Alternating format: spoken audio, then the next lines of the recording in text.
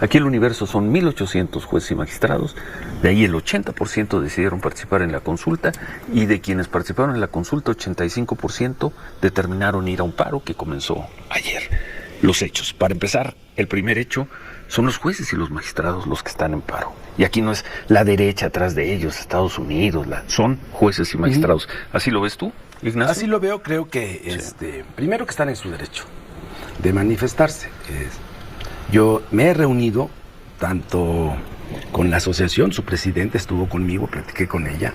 Con la señora Juana. Jueza. Pero resulta, y después me lo dijeron otros magistrados, tengo sus participaciones, el problema no es la meritocracia, la carrera judicial. El problema es que para una vacante participamos 400. Y la probabilidad de que todos tengamos a través del examen de oposición, que no discuto, el mismo porcentaje, pues es altísimo. 30, 40 tenemos el mismo porcentaje. Me decía uno de ellos, que aspiraba de secretario a juez, he hecho 5 exámenes y siempre se quedó el amigo del magistrado, el conocido de esa meritocracia que cuando le sucede lo que a las aristocracias en el pasado, ¿no? Decía Hobbes, cuando hay inconformidad por la aristocracia se convierte en oligarquía. Entonces, es un grupo que tiene un control real. Incluso hay magistrados en algunos circuitos que el 80% son sus familiares o sus conocidos y que ha sido escándalo nacional. Pero más allá de eso, lo que yo advertía era que no había la igualdad de oportunidades para todos. Transformación pacífica del país. Tú dijiste, Primero, aquí estaré con ustedes en esos días. Ya que estás, antes que nada, muchas gracias siempre. Al contrario, creo que la mejor manera de ir construyendo, fortaleciendo la democracia y las instituciones del país es cuando se hace una deliberación pública abierta, sin ningún reparo.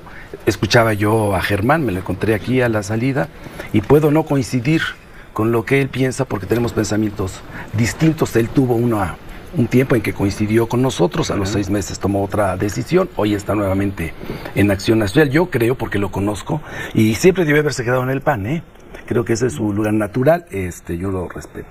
Y eso que te comento de Germán es, porque es lo que debemos de vivir en la democracia. Podemos no coincidir, Ciro, podemos tener pensamientos distintos, esa es la democracia, así se expresan los mexicanos con su voto, pero lo que no podemos impedir nunca es la oportunidad de debatirlo, de cuestionarlo, de desmembrarlo, de conocerlo a profundidad y que cada quien en su propia formación política, ideológica y lo que subyace, otro tipo de intereses económicos o políticos, partisanos o individuales, nos permitan a todos podernos expresar libremente. A mí me da muchísimo gusto estar acá. Efectivamente, como dices, los días nos llegaron.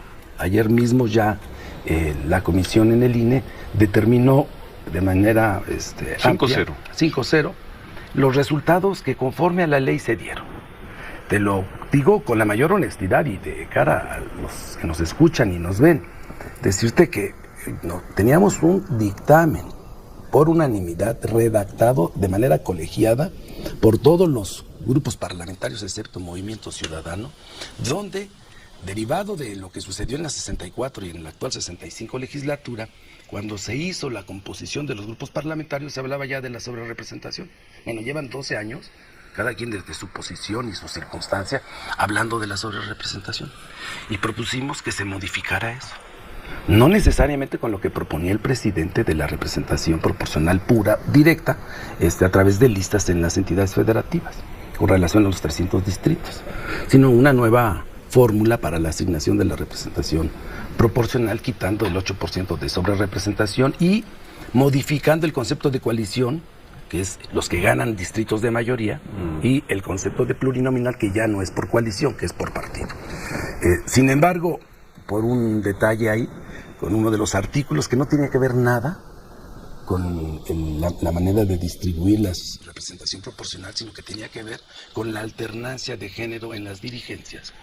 En el Partido Acción Nacional no pudieron conciliar eso y se tuvo que retirar. Coincidíamos en las acciones afirmativas para que quedara en la Constitución todo lo que tiene que ver con los espacios que merecen los pueblos originarios, la diversidad, en fin.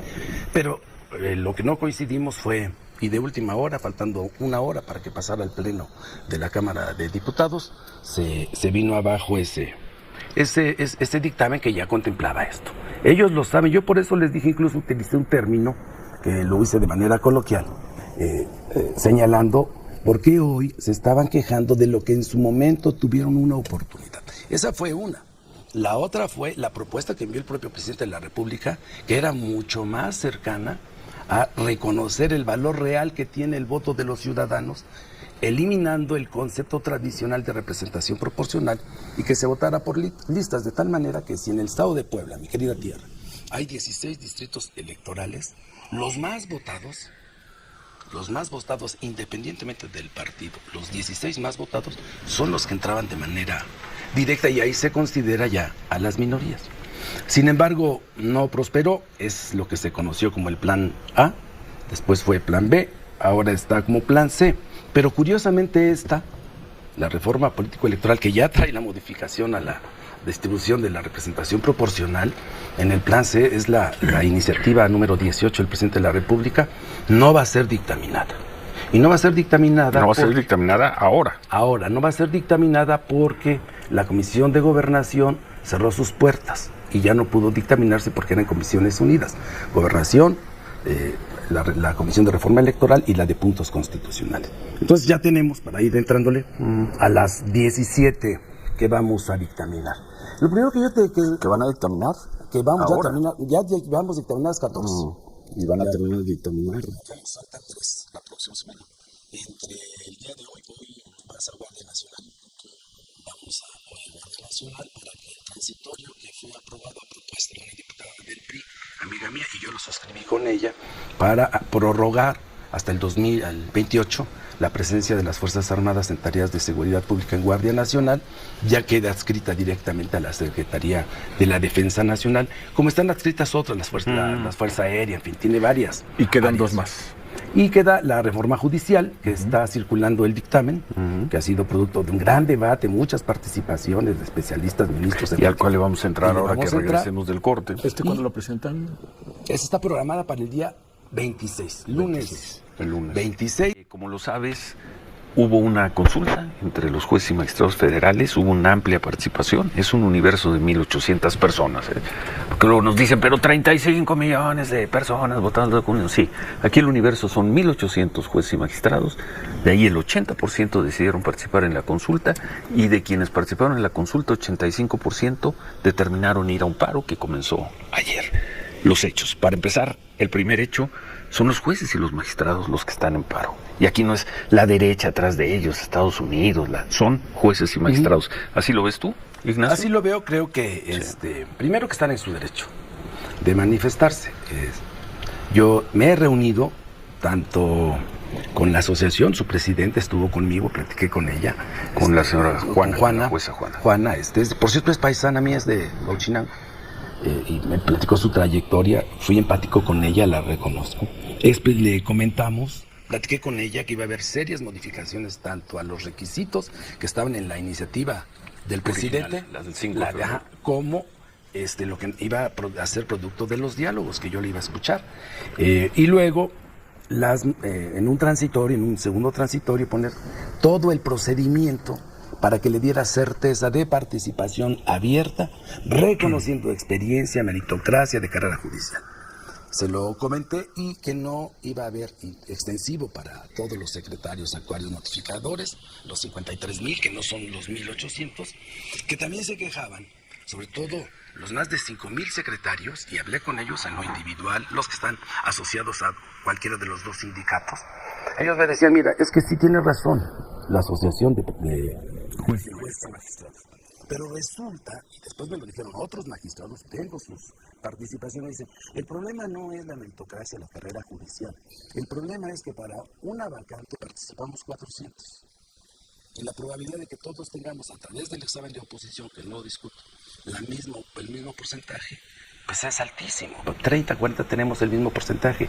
Me decía uno de ellos, que aspiraba de secretario a juez, he hecho 5 exámenes y siempre se quedó el amigo del magistrado, el conocido de esa meritocracia que cuando le sucede lo que a las aristocracias en el pasado, ¿no? Decía Hobbes, cuando hay inconformidad por la aristocracia se convierte en oligarquía. Entonces, es un grupo que tiene un control real.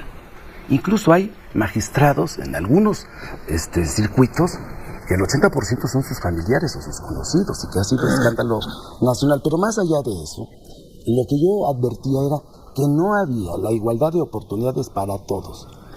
Teniendo carrera judicial, teniendo los méritos, la honorabilidad, la eficiencia, la eficacia, la decencia que aquí se comentó, pudieran participar.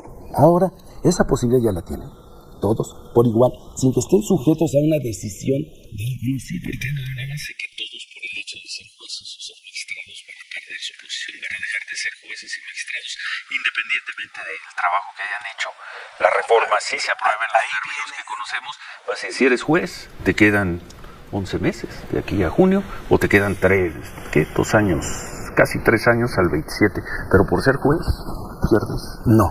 Tu condición. No. ¿Qué juez se va a quedar en su cargo, Ignacio? Según lo que conocemos de la reforma judicial. En este momento, en la primera, se llama elección extraordinaria en el 2025. Hay solamente vacantes. Solamente vacantes. Es que Arturo Saldívar nos dijo aquí el martes que eran la mitad de los jueces. Sí, y de ellos, ahí te voy, mira, son 1,639 entre magistrados y jueces. Son 330 y tantos y 400. Vamos a dejarlo en 1,600 para el ejemplo. Y de ellos, incluso les puedo dejar la tabla para que tengan decisión cuáles son los que se van a elegir. Mira, se van a elegir de lo que son magistrados y jueces, que son los que tienen mayor temor, digamos, a la reforma, 448 jueces y van a ser 378 magistrados. ¿Eso cuando en el próximo año? El 25. En el próximo año. El próximo año. Ahora, de estos, en este momento, según los datos que fueron presentados... Más o menos la mitad, ¿eh? Sí, de estos jueces, más de 200 están vacantes, según nos informaron. Ahora, y además hay un número importante que están próximos a cumplir 665 años. Un número importante, ¿cuántos? 70 más o menos nos habían dicho a nosotros, según los datos que teníamos, y algunos otros que tenían más de 25 años de servicio. Entonces, ¿cómo conciliar antigüedad, experiencia y la posibilidad de que continúen, dejándoles el paso libre? Todos los jueces y magistrados pueden participar. ¿Quién los puede postular? Sin exámenes, reconociendo su experiencia, o el Poder Ejecutivo, el Poder Legislativo, las dos cámaras, o lo puede hacer directamente la Suprema Corte de Justicia de la Nación. Yo también escuché voces de los que están a favor porque no han visto esa oportunidad. Pero ahí viene el paso. Tú eres un juez, te preparaste para ser juez, quizás has hecho un gran trabajo como juez, debe haber muchos muy buenos jueces, y te vas a tener que convertir en candidato, quizá para lo cual no tienes ninguna aptitud ni recursos. Puedes ser el tipo menos carismático, menos simpático y atractivo. Como yo, y tuve 2 millones de votos. No, tú eres un profesional de esto desde hace muchos años. Ellos son jueces. No, y mira, ¿quieres seguir siendo juez? Vuélvete un gran candidato y gana una elección. Mira, te quiero hablar de algunos ejemplos reales. Quizás aquí en la Ciudad de México la dioptría con la que vemos se puede complicar porque son 121 jueces. Pero tú puedes ir a Colima, que es más pequeño, son 6, o 21 que son en Puebla. En Puebla, nosotros, los poblanos, las poblanas, sabemos, identificamos socialmente quiénes son los buenos jueces. En Puebla, déjame regresarme, en la Ciudad de México son 121. 121. 121 que no los conoce nadie. Ahí es donde, pero también en contrapartida, eso lo analizamos, en la Ciudad de México la exposición a través de los medios de comunicación, de los tiempos oficiales del INE, las redes sociales, puede haber una proyección durante el tiempo que dure la campaña. ¿En serio, Ignacio? Yo creo que hay Te lo pregunto al líder de la mayoría de Cámara de Diputados, al político, al candidato varias veces. ¿En serio crees que con una entrevista de 10 minutos en un medio de comunicación te va a conocer? Te voy a decir por qué sí. Te voy a decir por qué sí. A ver, permíteme. Mira. Las convocatorias van a ser abiertas. Es abierta. No hay límite. Sí hay los requisitos de elegibilidad, la experiencia, la preparación, las calificaciones, la honorabilidad, en fin.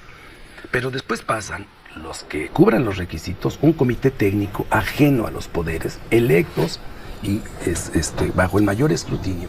Como lo hicimos para el INE, van a elegir ellos, van a determinar quiénes son elegibles. Y después de eso, van a hacerles exámenes, entrevistas, ensayos, y van a postular a los más habilitados, técnica, profesional, por experiencia, como candidatos, no va a ser cualquiera. ¿Cuántos pueden estar en una papeleta?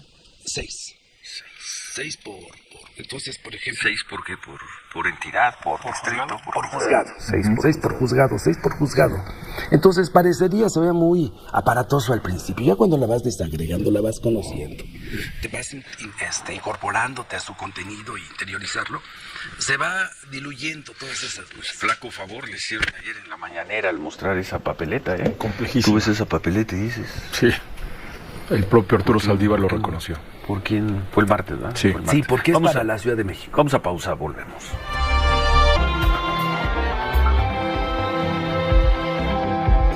...9:40, seguimos conversando con el líder, todavía líder de los diputados de Morena, digo todavía porque ya termina este periodo, ¿qué día termina? ¿El 30? El 31. 30. Ahí se instala ya la siguiente legislatura. Se instala el 29. Ok. Entre el 29 y el 1 de septiembre hay 2 mesas directivas, pero la que tiene fuerza y valor legal es la mesa directiva de esta legislatura que termina el 31 a medianoche. ¿Y quién preside el comité de, ¿cómo se llama? El comité de instalación. Es o la mesa de directiva? decanos. El decano. El decano. Y el decano es el que ha estado más veces. como... No el de mayor antigüedad. No. El que no es el de mayor edad, es el que tenga mayor cantidad de veces de haber sido bueno, diputado a eso diputado. Será a mediados de la próxima semana. Tú vas a ser líder de la mayoría de Morena hasta el día 30, luego vas al Senado a partir del 1 de septiembre, vas a ser el presidente de la mesa directiva, según los columnistas. No, pues yo no sé quién les filtra, pero no. Pero si quieres serlo. Mira, siempre va a ser un honor servir al Estado mexicano, pero en este momento, salvo que sea una decisión colegiada de mis compañeros, personalmente creo que yo puedo apoyar en otras tareas que no sean la mesa directiva.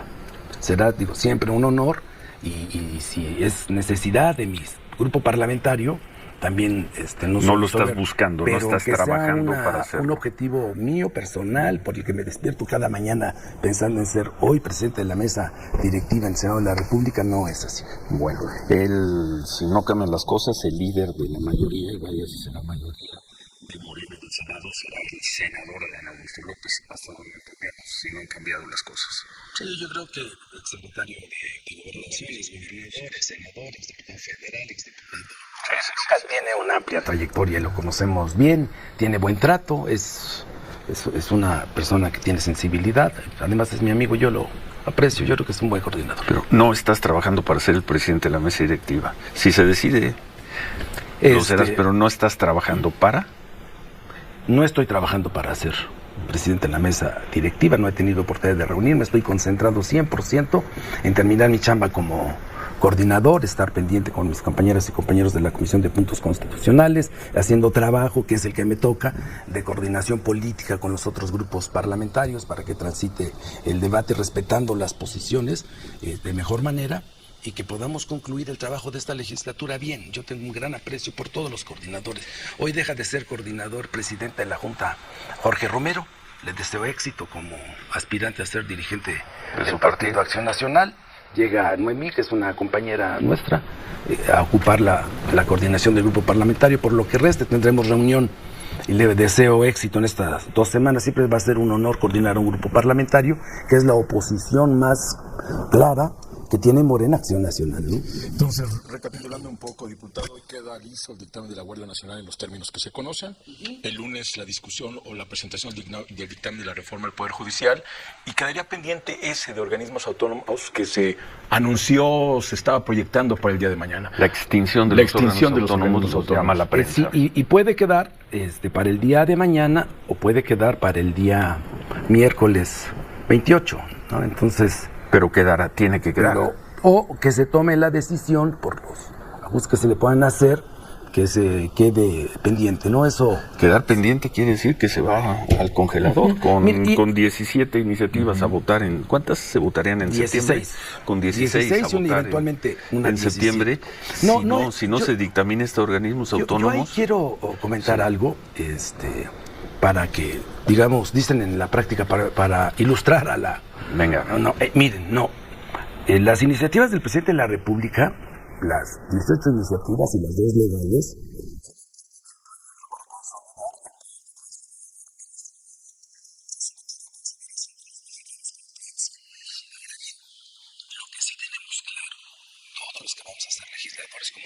compromiso y como mandato del pueblo de México es la reforma al Poder Judicial. Lo ha dicho la presidenta Claudia Sheinbaum, ampliamos el diálogo, se expresaron de manera abierta todos. Primera prioridad. Primera prioridad, y después, en función de una evaluación serena con indicadores económicos, políticos, sociales, las circunstancias, las coyunturas internacionales, las variables internas, se irá determinando por parte de la presidenta, de las dos cámaras, también sus coordinadores, en qué momento y bajo qué ritmo se van procesando las 16 iniciativas convertidos en dictamen. ¿Qué es lo que queremos? Por procedimiento, porque ya la burra no era arisca. Le aprendimos a la Suprema Corte para no violentar el proceso legislativo y para respetar el reglamento de la Cámara. ¿Qué pasaba? Porque fue una decisión que tuvimos que tomar, que lo comenté personalmente, tanto con el gobierno del presidente López Obrador como directamente con la presidenta electa, es iniciativa que no se dictamina, iniciativa que se desecha. Entonces, tendríamos que desecharlas de plano y ya no existirían las iniciativas. Por ejemplo, esta de organismos autónomos. Entonces, si no la dictaminan la próxima semana. O la de reforma político-electoral. O la reforma electoral. Entonces, esas dos, por eso hicimos una priorización, hicimos un calendario con puntos constitucionales, ya aprobamos 14 importantes que tienen que ver con bienestar, con libertad y con justicia, y nos queda pendiente de justicia la más importante, que es la reforma al Poder Judicial. Y en términos de simplificación administrativa, de austeridad republicana, nos queda pendiente la simplificación orgánica con relación a los organismos constitucionalmente autónomos. Y la otra era la político-electoral, pero esa queda pendiente. De tal manera que lo que sí tenemos una ruta clara, política de mandato popular, es con relación a la reforma al Poder Judicial. Y por tiempos, porque si no lo hacemos, no daría tiempo a hacer todo el proceso, porque hay que decirle a la gente, todavía falta mucho. Este dictamen apenas se sumía y la Cámara de Diputados está dejando más de 200 dictámenes en mesa directiva. Se sumarán estos de reforma constitucional. Se pasan al Pleno, se discuten en el Pleno de la Cámara de Diputados. Como minuta pasa al Senado de la República.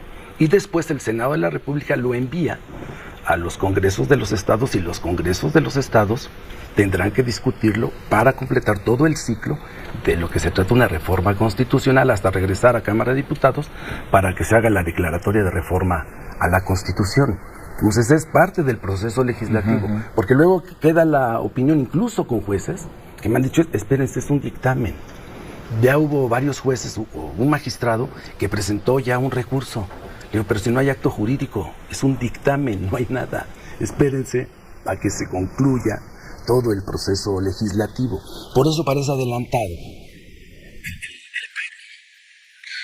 es contra. Estamos discutiendo una idea convertida en dictamen. No es dictamen todavía aprobado. Claro, es una medida, lo sabes muy bien. Como opositor es una medida de presión, es una medida defensiva, de resistencia, de personas que se sienten amenazadas en sus derechos. Y que tienen todo el derecho, pero que digamos, en el timing, yo no les voy a dar clases de eso, pero digamos, si se metieron, ellos vienen de una formación muy dogmática derivada de la nueva manera de interpretación y dictar sentencias, que ya las conocimos y no voy a... El presidente ha hablado de eso, yo también he hablado de eso, la Cámara de Diputados en su conjunto se vio afectada por no tener una visión social que hablaba Kelsen, y que recomendaba a los buenos jueces, el buen juicio, de valorar. ¿Cuál es la visión social de un juez ante un homicidio? Mira, te voy a decir, no. ¿Qué es la visión social? Te lo voy a decir un ejemplo, dos ejemplos extremos de que a veces es necesario. Ante un fraude procesal. Un ciudadano en una comunidad indígena protesta por un derecho humano, es la falta de agua. El juez determina que efectivamente es un derecho humano, se están violando los derechos humanos y son extensivos a toda la comunidad, y ordena que el presidente municipal construya un sistema de agua potable que cuesta más de 900 millones de pesos. En una comunidad indígena de 3,000 habitantes, ¿de dónde van a sacar los 900 millones de pesos? El otro extremo, otro juez, un abusador de un menor de edad, y que requiere una revisión integral desde el primer respondiente, las policías, las fiscalías y luego el juez. El juez llega y advierte que hay una contradicción entre lo que dice la cadena de custodia de que el abusador iba con un suéter de un color, y para dirimirla le llama a la niña. de 7 años. Son 2 casos, pero ¿No? ante ¿Qué esos son? hay cientos o miles de casos. Ayer mismo sentencia a Zetas por el secuestro y asesinato de migrantes en Tamaulipas. O Hay muchos el caso que ante vimos, ¿no? ante un homicidio, ¿cuál es el espíritu social Hay que debe tener un juez? Ante ahí una- no, hay casos claros que no, mira. Estas son ¿sabes? eso que has mencionado son las excepciones. Sí, no, pero te voy a decir, cuando se enfrentan a esto los magistrados, ¿sabes quién cometió la omisión y la judicatura no hizo nada? No fueron los jueces. Yo los defiendo aquí a los jueces. Quien debió haberles dado reglas, límites, alcances para la interpretación de las definiciones, sentencias de la Corte Interamericana era la Suprema Corte de Justicia de la Nación y nunca lo hizo. Que lo ha hecho en muchos otros casos. Pero no en este caso. En este caso es uno. Mencionaste No, pero dos. en general, para dictar una sentencia, ellos requerían, bueno, ¿cuáles son los alcances? Lo que determinó en protección de derechos humanos, que todos estamos de acuerdo. Pero ¿quién nos dice hasta dónde llegar para no irnos a estos extremos?